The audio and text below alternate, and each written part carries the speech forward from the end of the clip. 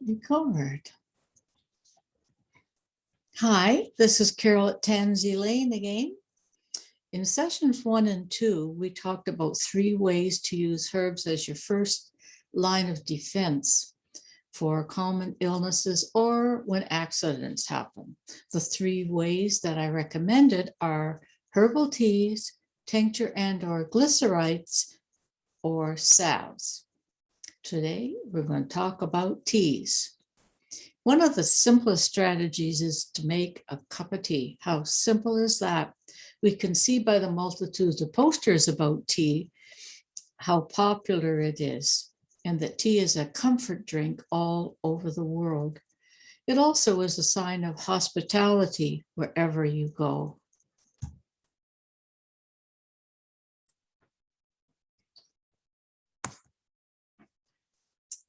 This is the Tansy tea room. I really love this photo. It shows the tablecloths that I made. My brother made the tables. I made the tablecloths. The tablecloths on top are vintage ones that I just love. And I have 2 tea wagons and the antique chairs. I have a little sign on the left-hand side there, a little thing that says, "Let me live in the house by the side of the road and be a friend to man." And that is my motto. We serve just the teas that I blend and just a simple local sweet.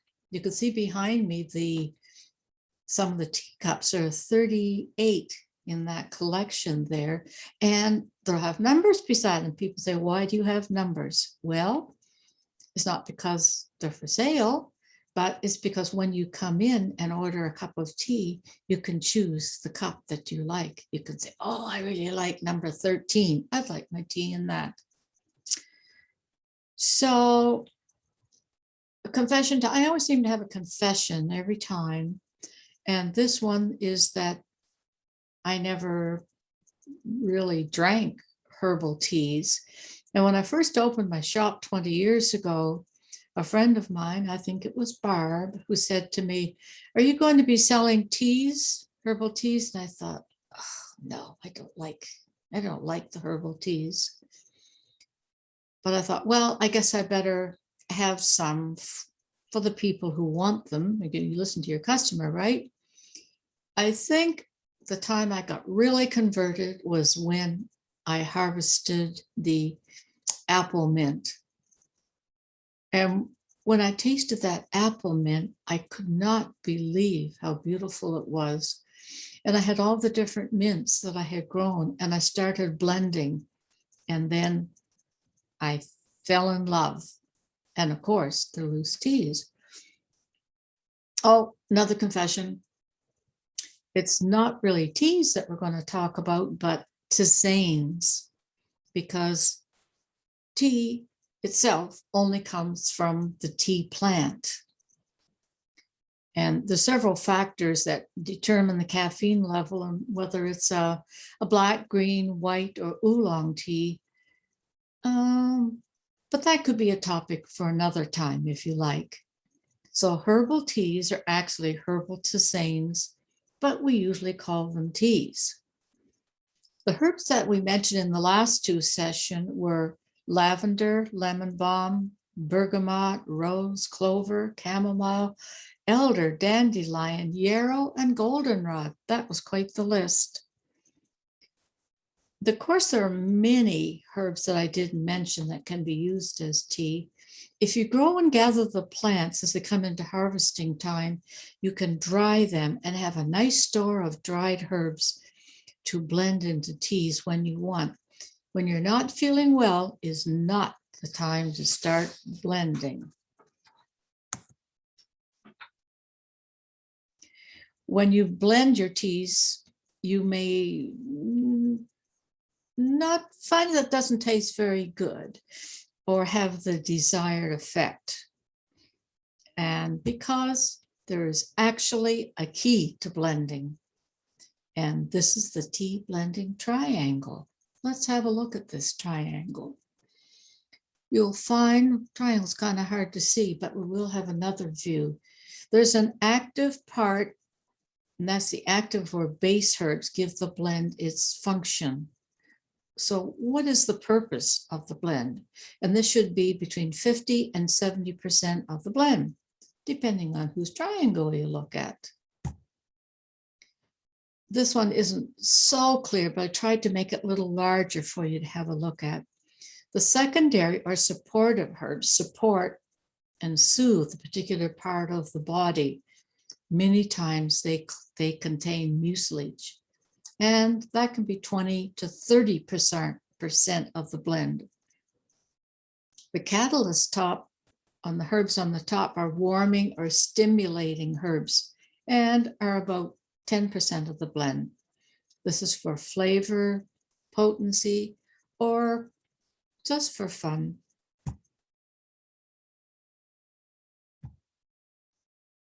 If we look at a tea for digestion, we could have fennel or chamomile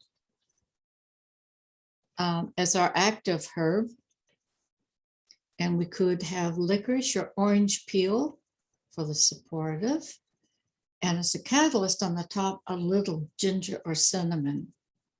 And if you really take a look at it, and if let's say you had equal blends of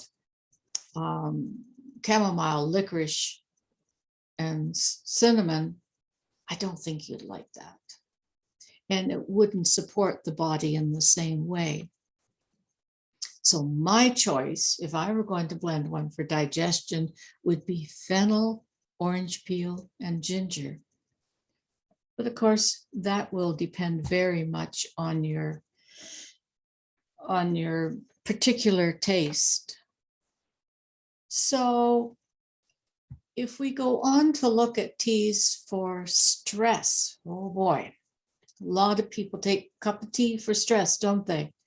If you're upset or someone or something, someone will say, do you want a cup of tea? Can I get you a cup of tea? Well, chamomile or lemon balm would be your active herb in that.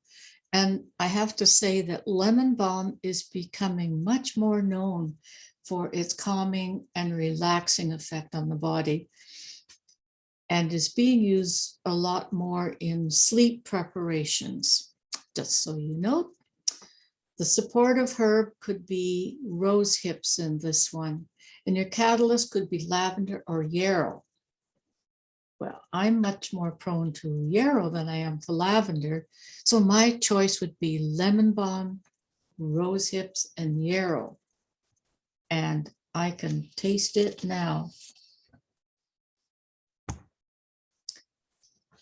You see, all you need is love and tea. If you're stressed or you just need some comfort, because every clever bunny knows that tea refreshes top to toe, so put the kettle on and brew a lovely cup for me and you. And you sure need that if you have a cold or flu. So your active herb on that one could be elderflower. Notice not the berries, but the flower, or echinacea or anise hyssop. Supporting is going to be rose hips or marshmallow. And the catalyst one you could have ginger, thyme, or sage. No question here. My choice is anise hyssop, rose hips, and thyme. So it's time to mention factors in making your choices.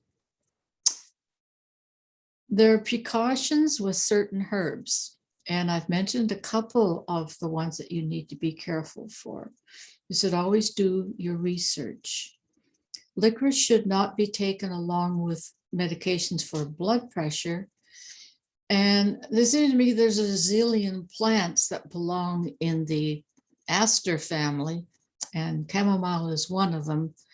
So it's best just to try a bit and see how you react and if you have any problems. Many of these herbs you're already going to know. And, many people are now growing their own ginger root.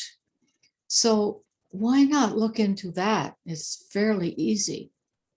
And of course, some of you are going to look at marshmallow and go, what? Marshmallow is a plant to know and love. Of course, it's in the mallow family. The first marshmallows were first made from the roots, believe it or not. That shows how much glutinous substance is in it, like mucilage type. If you're overly ambitious, I can send you the recipe for marshmallows. The leaves are so soft when you touch them, and the flowers have a pale pink. It's the roots that have the most medicinal factor, though, and they have big roots. If you would like to add this beautiful and useful plant to your garden, I will have some for sale here at Tansy Lane. I'm going to give you some suggestions for teas for specific purposes on top of the ones that we have talked about. And this is a warning. These suggestions are what I call a first line of defense. If you're taking prescription medicines, you need to consult with your doctor to know if there are any counterindications with the herb and the medication.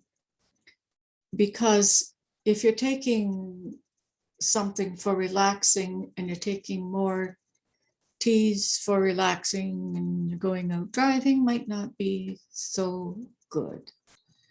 That's just one simple example, but we talked before about not doubling up on something that has an effect on your body between medications and the herbs, or a counterindication like with the licorice. If you're going to be looking at allergy, I would look at a tea of goldenrod, lavender, or thyme. And for anti-anxiety, I would use the lemon balm, mentioned that before, spearmint and borage leaves and flowers. And digestion, dill, fennel, peppermint, and sage. Stomachache, chamomile tea, dill, and marshmallow. If you would like these suggestions sent along to you, let me know. One thing, it's recommended that medicinal herbs be taken for a few weeks and then not used for a few weeks. Because if you're blending something for a specific purpose and you are still having those symptoms after a few weeks, then you may need to change what you're doing to a different product, a different tea, or maybe a tincture, or consult with your doctor if these things go on. So we have talked about using teas by themselves. And I am working at Tansy Lane I'm hoping to have all my teas that I sell, ones that I blend, and growing as many of the herbs as I can. Sometimes it's a pleasure to have a tea that is a blend of conventional black tea or green tea combined with herbs and flowers.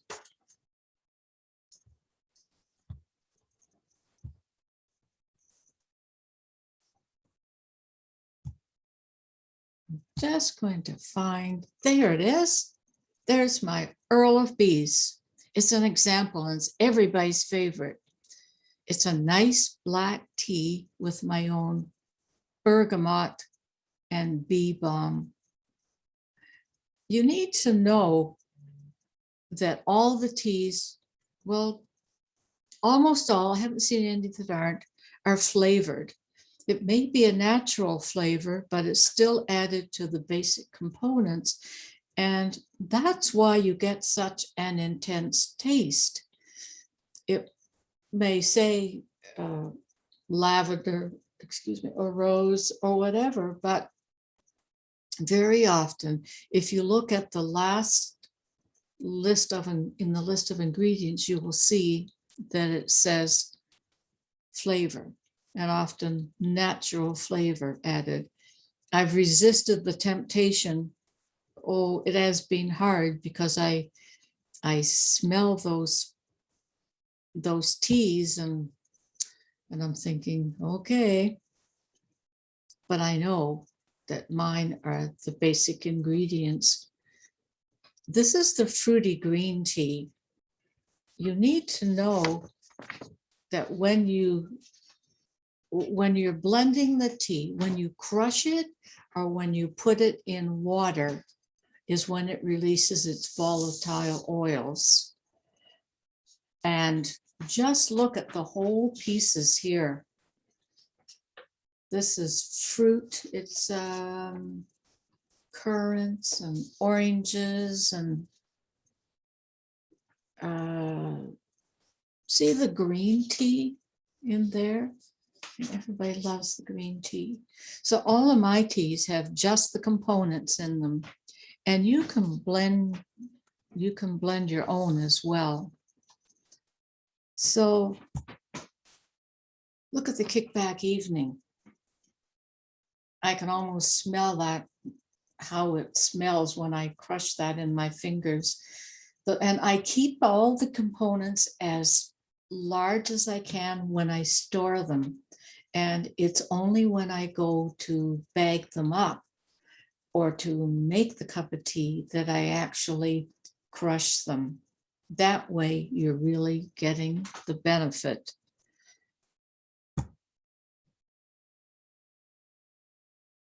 I'm going to go back to another one that we had back here. Well, that's going forward. I want to go back.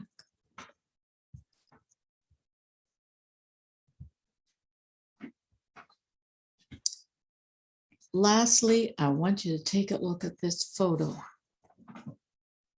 You should never buy bag tea again. That's my fruity green at the top. And on the bottom is a bag that I opened from, I won't name what tea company, but any tea bag that you open is likely to look like that. So that, as you can see, I just mentioned about the volatile oils being released from the plants when they're crushed. Well, that one on the bottom has been very crushed. And if you were to put that on a little plate and smell it versus the one at the top, you'll never buy bag tea again. You're going to blend your own. So this is just an introduction to herbal teas and a little bit of a formula for blending them for your own health. Some days, you don't feel like a formula. I've got up on days when I thought, oh, I've got a little bit of an ache and I've got a little bit of a tummy and old age creeping on. And I might just, I have gone to a tin and just grabbed a handful of willow bark and then maybe added some dill. I just think, okay, how am I feeling today? How am I not feeling? And then I think that might be a little bit of bitter, then add a little bit of a little bit of cinnamon to it, which also would help the diabetes. So it's time to start playing with teas. Experiment. Start gathering as the plants start to come in. Now dandelions are coming in. Don't let anybody mow them. Gather those dandelion blossoms and dry them. And then put them in a nice jar, like a mason jar will do you probably for the winter. So grab a jar for each of the herbs that you're going to gather. And then you don't really have to think about what you're going to do to them then. By the end of the summer, then you can look at all your stores and go, how am I going to use all these now? But then you won't be thinking about, oh, my liver feels a little tough. I better go and get some dandelion. Too late.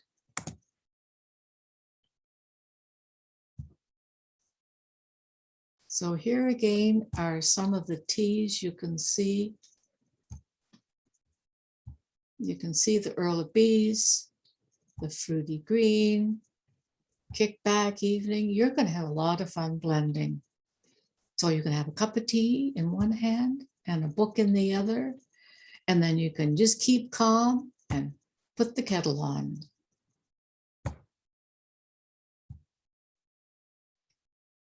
I'd love to stay in touch with you, and you can tell me what you're blending and how you're liking it. And if you're missing any of the components that you would like to have, I probably have them here at Tansy Lane while you start to gather your own. So you can just let me know. If you like the Tansy Lane Herb Farm on the Facebook page, you can see everything going on. You can join the Tansy Club on Facebook. You can check out the website tansylane.ca because we're in the middle of revamping the site and getting ready for online sales. There's my email address to get in touch, and you can visit our Tansy shop. It's opening mid-May. It's so cold right now that the plants that I'd like to be able to have for you are shivering. So stay in touch with the events, new products and sales through the monthly newsletter by email. And we will not share your address. It's a monthly newsletter where I can put all the new stuff in it and you can keep up to date. So enjoy your teas and come and try some of the ones here once the shop opens, and we'll have a cup of tea.